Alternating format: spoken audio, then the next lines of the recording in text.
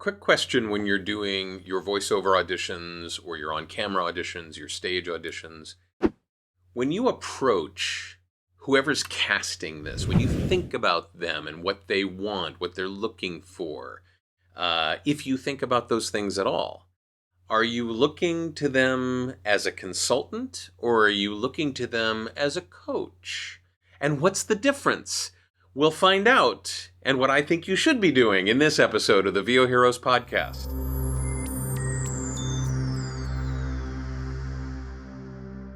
I want to share something with you that works for me and I've seen work for other people, and that is this notion of being a consultant rather than a coach. And let's start with what the classic sort of structure of coaching is all about.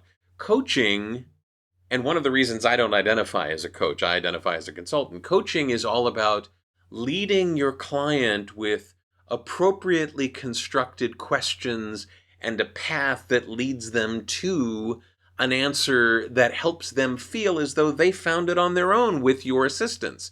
So what do you think about what microphone you should use? How do you think the lights should be in your studio? What do you think the character might be interested in as a goal for the scene? So sometimes it's good to ask those questions because it encourages, when I'm coaching a student or when I'm coaching a client, an actor in some scene work or some approach to copy, I want to hear what they have to say. I want to hear where their thoughts are and then help them adjust that if I think there's a better choice they might be able to make. But when you're actually doing the audition, you want to make sure that you are not stuck on trying to help the casting director find in you what they might be looking for. And we always tend to just go with what we think is best. And in some cases, actors think they need to be the most of a particular type of character to the most casting directors. We want to be as versatile as possible, as wide-ranging as possible, so that we can somehow gather what they want within that umbrella. So it helps us make less specific choices when we do that. Oh, I don't want to be too angry, or I don't want to be too unnerving, or too sweet, or too kind.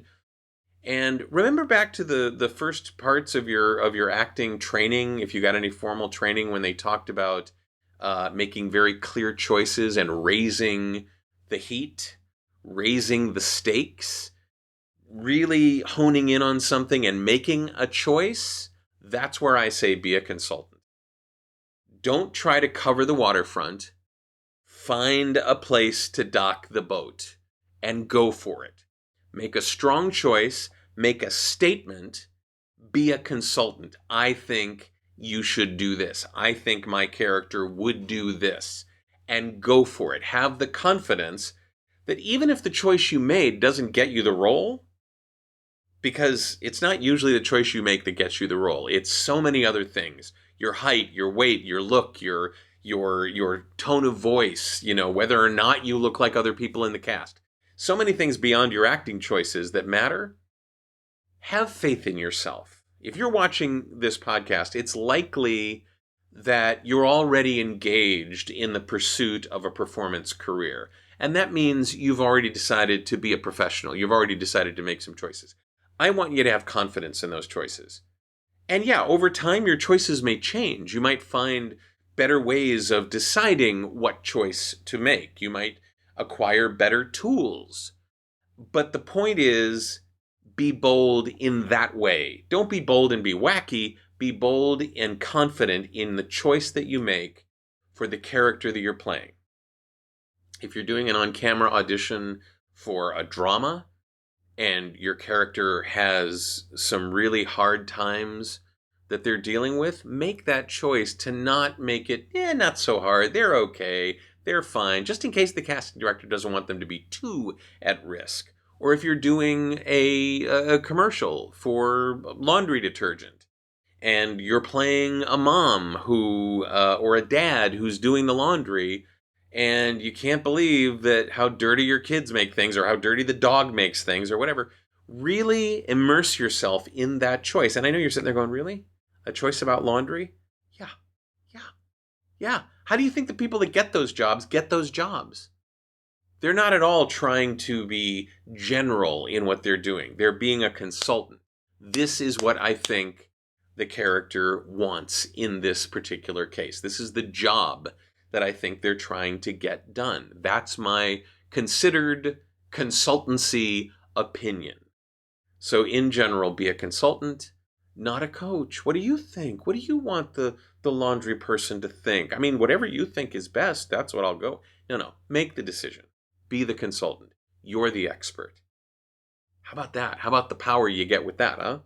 If you like what you're seeing, hit the like button. We love to have you do that. Just smash it until it's no longer recognizable on your keyboard. I don't see a like button on my keyboard, but I'm sure you've got a better keyboard than I do. You can subscribe to this channel.